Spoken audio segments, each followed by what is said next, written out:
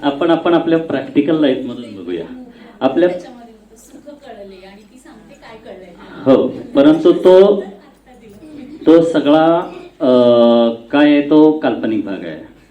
आपल्याला प्रॅक्टिकल जगायचं असेल, प्रत्यक्षात सुख हवं असेल, तर सुख म्हणजे नेमकं काय हे कळलं पाहिजे. दुसरी गोष्ट, पुण्य म्हणजे नेमकं काय हे कळलं पाहिजे. आणि तिसरी गोष्ट काय, दुःख म्हणजे काय हे तरी कळलं पाहिजे. माणसाला दुःख म्हणजे काय हे कळतच नाही. कोणाचं सुख, एकाचं सुख दुसऱ्याचं दुःख असू शकतं. सुख आणि दुःख ही सापेक्ष संकल्पना आहे. त्याला रिलेटिव्ह कन्सेप्ट म्हणतात, रिलेटिव्ह कन्सेप्ट. आणि त्यामुळं रियालिटी इज रिलेटिव्ह मला कळलेली गोष्ट आहे. माझी स्लोगन आहे माझ्या बुक्सची. मी पुस्तक लिहितो, माझं पुस्तक ॲमेझॉनवरती प्रकाशित झालेलं आहे ऑलरेडी.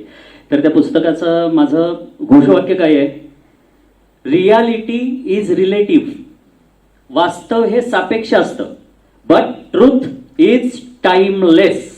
सत्य कालातीत असतं. सत्य जे असतं त्याला काहीही कालमर्यादा नाही. मग सुख म्हणजे काय, पुण्य म्हणजे काय आणि दुःख म्हणजे काय. आता सुख आणि दुःख या दोन्ही कन्सेप्ट जे आहेत ना, आश्चर्य वाटेल बरं का तुम्हाला, मी माझ्या अभ्यासातून सांगतोय, कदाचित पटणार नाही. हां, अजून एक गोष्ट सांगतो. आता आपल्या विषयाला गती येणार आहे, तर तुम्हाला जे पटणार नाही ना ते माझ्याकडेच ठेवून जायचं, आणि ज्याची ओळख तुम्हाला पटते ना तेवढंच घेऊन जायचं. काय होतं की आपल्याला पटलेली गोष्ट जी असते, आवडलेली असते, ओळख पटलेली असते, आयडेंटिफाय झालेली असते ना, ती गोष्ट राहते इथं. आणि जे पटलेलं नसतं ते दारातून बाहेर पडल्यानंतर घरापर्यंत चालू राहतं. हा 50व्या वर्षापर्यंत माझा स्वभाव होता.